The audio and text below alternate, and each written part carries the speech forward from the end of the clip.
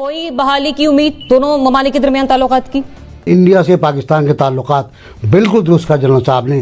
कोई इम्कान नहीं है फिलहाल जब तक मोदी हुकूमत के अंदर है। पहले मोदी को हटाना होगा, उसके बाद बात करनी होगी कांग्रेस से। कोई नामुमकिन सी बात है ये बीजेपी के होते हुए और मोदी के होते हुए।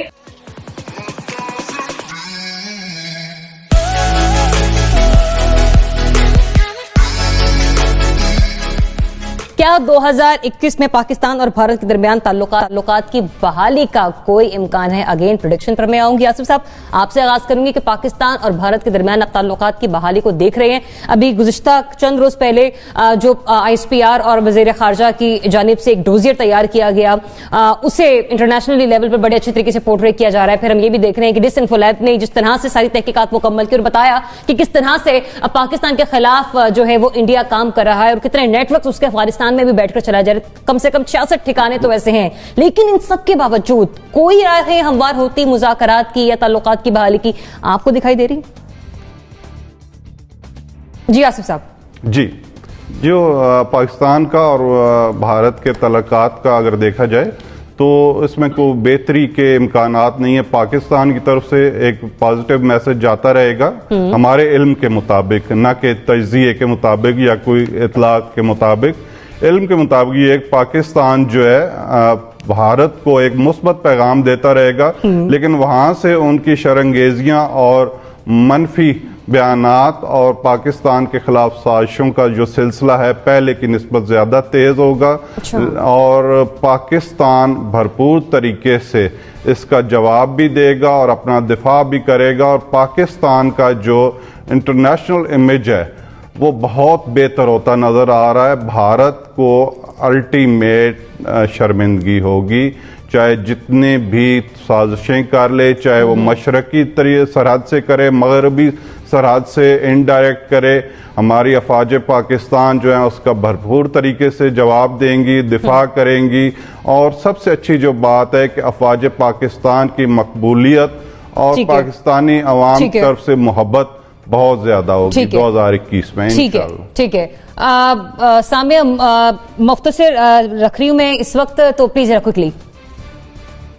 जी 2021, 2022, 2023 ऐसे साल हैं कि आपको अपने इंशाल्लाह ग्रीन पासपोर्ट पे भी फख्र होगा, जहां के पाकिस्तान ब्लैक लिस्ट होने जा रहा था। पाकिस्तान भारत को 2021 में दोस्त समझने की गलती भी ना करे। पाकिस्तान को बहुत सारे नए अच्छे इत्तेहादी मिलेंगे। पाकिस्तान का रकबा बढ़ने जा रहा है। और सबसे बड़ी खबर कि अल्लाह ने चाहा इंशाल्लाह कश्मीर का फैसला रिजॉल्व होने की तरफ चल पड़ेगा और बहुत उम्मीद है कि वो हमारा ही हिस्सा होगा इंशाल्लाह। जनरल साहब, ताल्लुकात की बहाली देख रहे हैं आप इंडिया और पाकिस्तान के दरमियान? नहीं जया, बात यह है ये बड़ा मुश्किल है क्योंकि मोदी के होते हुए ये उनके अपने लोग कहते हैं कि ये मुमकिन नहीं है। मसलन कांग्रेस के लोग जो हैं वो अक्सर बात करते हैं, मेरे साथ एक दो प्रोग्रामों में भी वो लोग रहे हैं, वो ये कहते हैं कि मोदी के होते हुए ये चीज नहीं सोचनी चाहिए। और उसकी बुनियादी वजह यह है कि मोदी की सियासत का महवर यही है। मोदी की अपनी परफॉर्मेंस में कोई खास चीज है नहीं दिखाने वाली। वो जो कुछ उसने किया है, आर्टिकल 370 का हो, नया सिटीजनशिप का जो अमेंडमेंट लेके आया है, वो ये चीजें या जो कुछ भी उसने किया भी है किसानों के लिए उसने जो किया है, ये सारी चीजें जो है ये मुतनाज़ा है। ठीक है, तो वो उसके मसाइल हैं, लेकिन हल उसके पास एक ही है कि वो पाकिस्तान के खिलाफ बात करता है और उससे उसके जो मेजॉरिटी वोट है उसको हिंदू वोट जो है वो मिलता है उसको। तो अपना पॉलिटिकल कैरियर सैक्रिफाइस नहीं कर पॉइंट आपका क्या वक्त मेरे पास मुख्तसर है। मैं क्विकली NBC की तरफ आऊंगी। NBC, कोई बहाली की उम्मीद दोनों ममालिक के दरमियान ताल्लुकात की? एक छोटे सा मैं इजाफा करूंगा कि नवाज शरीफ को हुकूमत ने आने से रोक दिया है। पासपोर्ट मनसूख करने का मतलब ये है कि आप नवाज शरीफ को चाहते हैं कि वहीं पर रहें और इंटरनेशनल डॉक्यूमेंट पर ट्रैवल करते रहें दूसरे मुल्कों में। नंबर 1। नंबर 2, FATF के खिलाफ मुनीबुर रहमान साहब एक मुहिम चलाने जा रहे हैं, उन्होंने अनाउंस कर दिया उसका आज की प्रेस कॉन्फ्रेंस में। नंबर 3, इंडिया से पाकिस्तान के ताल्लुकात बिल्कुल दुरुस्त कहा जनरल साहब ने। कोई इम्कान नहीं है फिलहाल जब तक मोदी हुकूमत के अंदर है। पहले मोदी को हटाना होगा, उसके बाद बात करनी होगी कांग्रेस से, या फिर सलामती कौंसिल हिंदुस्तान पर पाबंदियां लगा दे।